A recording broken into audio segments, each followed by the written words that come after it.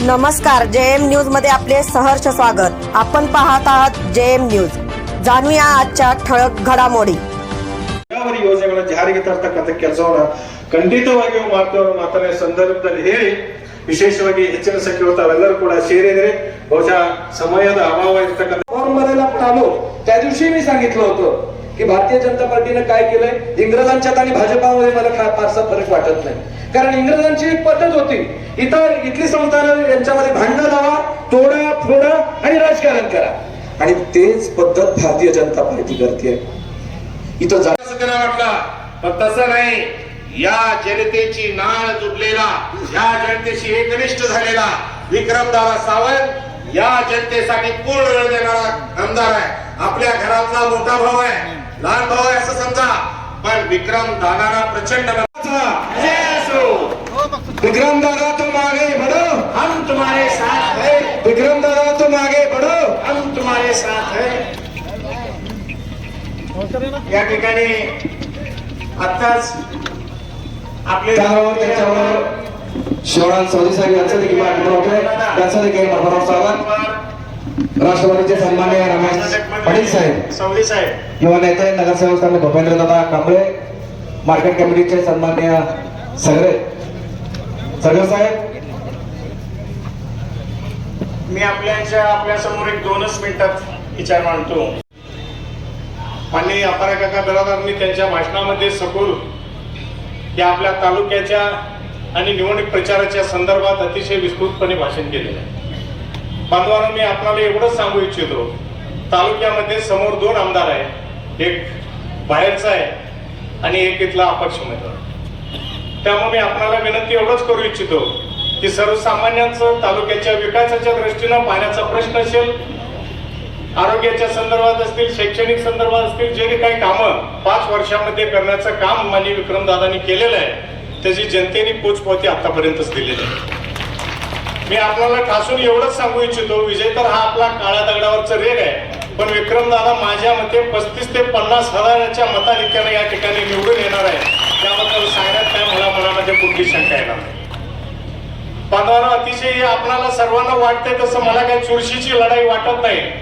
कारण काय, बाहेरचा येऊन एक 4 दिवस मतं मागणार आणि 4 दिवशी तर बऱ्याचपैकी हेरजळे घालणार आणि सगळ्या नेत्यांना शिव्या देणार, ह्याशिवाय वैकल्पिक कार्यक्रम त्यांचा कुठलाच नाही।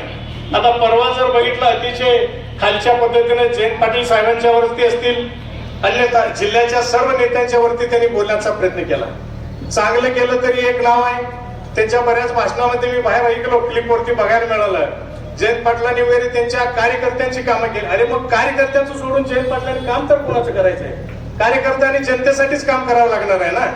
त्यामुळं हे भूलथापा सांगणाऱ्या मंडळीवरती आपण विश्वास ठेवू नका। आणि पुनश्च एकदा आपल्याला मी विनंती करतो, दादांचं चिन्ह आहे हाताचा पंजा, त्यावरती आपण बटन दाबून प्रचंड बहुमताने निवडून द्यावी अशी मी कळकळीची विनंती करतो आणि या ठिकाणी थांबतो। जय हिंद, जय महाराष्ट्र। शिवसेनेचे विजयराजे चव्हाण आणि शिवाजीराव पडळकर यांना विनंती स्टेजवर उपस्थित व्हावं। जातीपातीचं राजकारण न करता सर्व जातींना सोबत घेऊन जाणारा पक्ष म्हणजे या देशात त्या काँग्रेस पक्षाने केलेला आहे। त्यामुळे जातीपातीला आपण लक्ष देऊ नका। काही अपक्ष उमेदवारी समोर आहे, मी या समाजाचा आहे, त्या समाजाचा आहे, परंतु त्याला नक्की आमचा लिंगायत समाज 80% आपल्या बाजूने, आपण काळजी करू नका। त्यामुळे ही निवडणूक आपल्याला फार सोपी आहे, कारण बाहेरचा एक उमेदवार आणि ज्याला पोराटकी कळत नाही तसला एक उमेदवार आपल्या समोर आहे। आपला उमेदवार अत्यंत तळमळीचा, या तालुक्याचा कडानकडा माहिती असणारा, या तालुक्याच्या विकासासाठी झटणारा हा आमचा आमदार सन्माननीय विक्रमदादा सावंत आपल्याकडं मतं मागायला या ठिकाणी उपस्थित आहे। आपण प्रचंड बहुमताने त्यांना विजयी करावं अशी मी या ठिकाणी विनंती करतो। अनेक नेते मंडळी या ठिकाणी बोलणार आहेत, मी परत एकदा सर्वांचा पीठावरच्या सर्व मंडळींची नावं मी घेत नाही, आणि खऱ्या अर्थानं लोकशाही जतन करण्यासाठी, लोकशाहीचं जतन करणारी ही व्यासपीठावरची आणि व्यासपीठासमोरील आपण सर्वजण शिलेदार मंडळी आज आपल्या प्रचाराचा शुभारंभ आहे असं बाळासाहेब म्हणता येणार नाही, आदरणीय बाळासाहेबांना मी सांगेन, आजचा हा शुभारंभ लोकशाहीच्या विजयाचा शुभारंभ आहे आणि खऱ्या अर्थानं महाराष्ट्राला अस्थिर करणाऱ्यांना उलटवून टाकणारे आजचं हे सुरुवात आपण आज या निमित्तानं या ठिकाणाहून करतोय. विक्रमदादांच्या प्रचाराच्या निमित्तानं बोलत असताना काही गोष्टी मला इथं या ठिकाणी आवर्जून सांगायला आवडतील. खरं तर ही लढाई विक्रमदादांच्या विरोधात समोरील उमेदवार अशी अजिबात नाही, तर आजची ही लढाई आहे विक्रमदादांच्या विरोधात महाराष्ट्राला गिळंकृत करू पाहणाऱ्या देवेंद्र फडणवीसाबरोबर. मी आवर्जून फडणवीस म्हणतो, त्यांच्या नावामध्ये मिस्टेकनं ड पडलंय. ऍक्च्युली ते फडणवीस नाही तर ते फडणवीसच आहे. कारण या महाराष्ट्राला अशांत करायचं, महाराष्ट्रातली सुख समृद्धी संपवायची अशा प्रकारच्या बेताल थापा मारून महाराष्ट्राला गिळंकृत करू पाहणाऱ्या, महाराष्ट्राचं चित्र बदलवू पाहणाऱ्या या नालायक घाणेरड्या लोकांना या राज्यातून हकलवायची सुरुवात आज आपल्याला जगपासून करायची आहे. खर तर आदरणीय विश्वजितजी कदम साहेब, मला तुम्हाला सांगायला आवडेल, कालपासून टीव्हीवर आम्ही ऐकायला लागलो की जत मधून प्रचाराचा शुभारंभ होणार म्हणे. पण जत मधून त्यांच्या प्रचाराचा शुभारंभ नाही, तर जत मधून या घाणेरड्या सरकारचा शेवटचा शुभारंभ इथून होतोय आणि त्याची सुरुवात जतची जनता करून दाखवणार आहे. खरं तर तुम्हाला मी उद्याची भाषणं थोडीशी आजच सांगू का, तुम्हालाही ऐकायला आवडेल. उद्या आल्यानंतर मोठमोठ्या आश्वासनांचा थापा इथं होणार आहेत, मोठमोठी आश्वासनं मिळणार आहेत, वेगवेगळ्या गोष्टी मोठमोठ्या प्रमाणावर तुमच्या समोर मांडल्या जाणार आहेत. इथं सांगितलं जाणार आहे जतचा चेहरा मोहरा बदलू, तुम्ही माझ्या उमेदवाराला निवडून दिलं तर या जतला लाल दिव्याची गाडी देतो. हे उद्याचं भाषण मी तुम्हाला आज सांगतो. पाठ मला गेल्या बाकीच्या सगळ्या निवडणुकांमध्ये जतच्या जनतेनं, राज्यातल्या जनतेनं तेच ऐकलंय. कारण या भारतीय जनता पार्टीनं या महाराष्ट्राला वेठीस धरले. मगाशी तर बोलत असताना उमदीच्या MIDC संदर्भातले उल्लेख बऱ्याच जणांनी केले, पण काही महाशय त्यांच्या भाषणात सांगताना तिथं टाटा, सिझलोन एवढ्या मोठमोठ्या कंपन्या आम्ही जतला आणतो. पण महाराष्ट्र प्रश्न विचारतोय आज. 7,700हून अधिक कोटींचे प्रोजेक्ट बाहेरच्या राज्यामध्ये नेण्याचं महापाप जेव्हा तुम्ही करताय, आमच्या महाराष्ट्रातले रोजगार बाहेर राज्यामध्ये नेताय आणि कसली जतला MIDC तुम्ही आणणार आहात, हा सगळ्यात मोठा प्रश्न आहे. अरे महाराष्ट्राच्या माती, महाराष्ट्रातली जनता, महाराष्ट्रातला युवक बेरोजगार झाला पाहिजे अशी स्वप्न पाहणारी तुम्ही लोक, दिल्लीच्या 2 सरदारांच्या पुढे नाचणारी तुम्ही मंडळी, तुम्ही माझ्या महाराष्ट्राचं हित काय साधणार आहे, हा सगळ्यात महत्वाचा प्रश्न आहे. सोशल मीडियाच्या माध्यमातून आदरणीय बाळासाहेब दादा, आपण एक फोटो व्हिडिओ बघितला असेल. परवा जत मध्ये बरीच गर्दी जमा झाली होती म्हणे, पण ती गर्दी वास्तविक पाहता कुठली होती हे अख्ख्या तालुक्यालाही माहिती आहे, जिल्ह्यालाही माहिती आहे आणि सगळ्यात महत्वाचं राज्याला माहिती आहे. पण तिथे एक चुकीचं चित्र काय घडलं आपण सगळ्यांनी नीट पाहिलं असेल. अहो, हे भारतीय जनता पार्टीनं नेहमी एकच किडा उचललेला आहे की छत्रपती शिवाजी महाराजांचा अपमान आणि अवमान करणं. आपण पडलेला त्यांचा पुतळा पाहिला असेल. अहो, गटारीत खात होते हे भाजपवादी, तिथपर्यंत ठीक होते, महाराजांच्या पुतळ्यात देखील खायला निघाले. आणि याच्याहून पलीकडची वाईट गोष्ट, त्या दिवसाचं चित्र जर तुम्ही सगळ्यांनी बघितलं असेल, त्या टेम्पोमध्ये महाराजांची वेशभूषा केलेला एक व्यक्ती, मुलगा उभा केला होता. त्याचबरोबर आम्हा सर्वांचं दैवत असणाऱ्या महात्मा बसवेश्वरांची देखील त्या ठिकाणी वेशभूषा करण्यात आली होती. माझं दुमत नाही तुम्ही वेशभूषा केली त्याबद्दल. अरे पण ज्या महाराजांनी मागच्या रांगेत उभा केलं म्हणून औरंगजेबाला नाथडलं, त्या छत्रपती शिवाजी महाराजांची वेशभूषा करून त्यांना पाठीमागच्या रांगेत उभं करताय, हा माझ्या शिवरायांचा अपमान नाही का? अहो, 18 अनुतेदार 12 बलुतेदारांचा माझा राजा आहे. माझा राजाचा होणारा अपमान ही जत मधली जनता अजिबात सहन करणार नाही. मी तितक्याच ताकदीनं आणि 100% खरं सांगतोय. काय कवे कैलास महात्मा बसवेश्वरांनी संदेश दिला, समतेचा संदेश देणाऱ्या महात्मा बसवेश्वरांचा निवडणुकीसाठी वापर करताय. आणि बसवेश्वरांना आता मी नावं घेत नाहीत, मला कोणाची नावं घेणं इथं उचित दिसणार नाही, कारण मी तेवढा मोठा नाहीये या बाकीच्या मंडळींची नावं घेण्या इतपत. मी सामान्य छोटा कार्यकर्ता आहे. पण हितच स्वतःला आम्ही प्रसारक समजणारे, समाजाचा विचार करतोय असं समजणारी काही मंडळी देखील त्या रॅलीत होती. आणि महात्मा बसवेश्वरांची प्रतिमा, वेशभूषा साकारलेल्या मुलाला अगदी बाजूला कोपऱ्यात चेंगरलं जात होतं. अरे म्हणजे हे महापुरुष, ही सगळी नेते मंडळी, ही महापुरुष आहेत, हे विचारवंत आहेत, तुम्ही तुमच्या मतासाठी त्यांचा वेळोवेळी वापर करता. कारण आपण बघितलंय या राज्यामध्ये कोश्यारी नावाचा राज्यपाल होता. त्या राज्यपालानं तर वेळोवेळी महापुरुषांचा अपमान करण्याचं घाणेरडं कृत्य इथं या ठिकाणी करताना आपण पाहिलंय.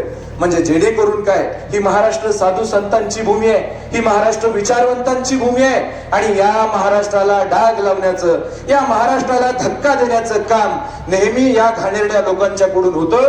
तर त्यांना आपण तिथं जागीच आळा घालणं गरजेचं आहे.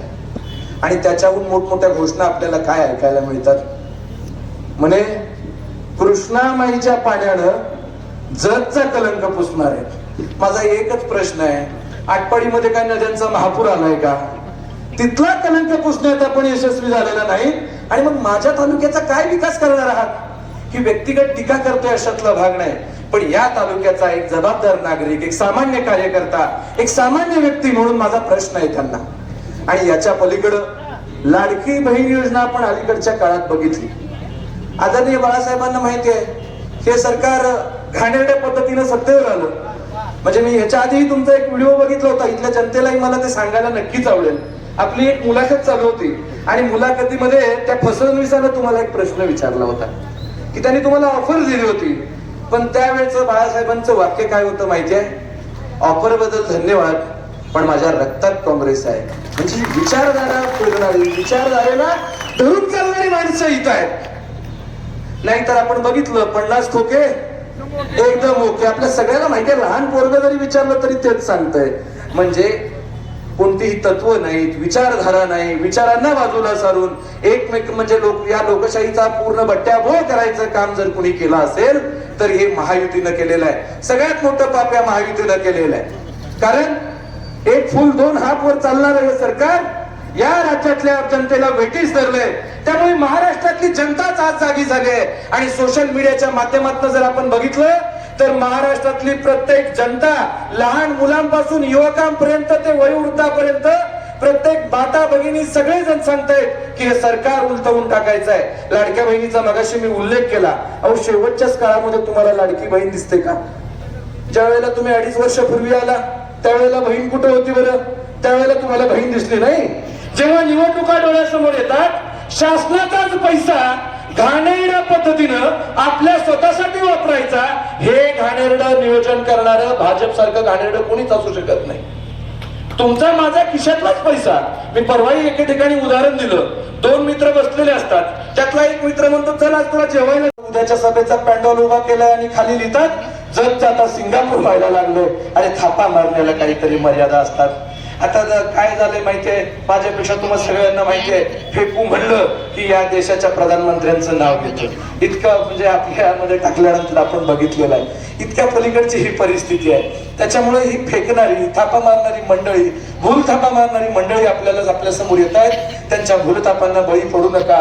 काही जण फार मोठ्या मोठ्या बाता करतायत, अमुक गाव दत्तक घेतो, तमुक गाव दत्तक घेतो. अरे तुमची गावं काही शांघाय, सिंगापूर, मॉरिशियस झाली का काय? प्रश्नच पडलाय मला. जातो मी कधी कधी आटपाडीला, तिकडेही आमचे देवदेव आहेत, देवदेवता आहेत, आम्ही देवदर्शनाला जातो. मग आमच्यापेक्षाही बिकट परिस्थिती आटपाडीची असताना इथल्या जनतेला फसवायचं, थापा मारायच्या. तुमच्या भूलथापांना आता कुणीही बळी पडणार नाही.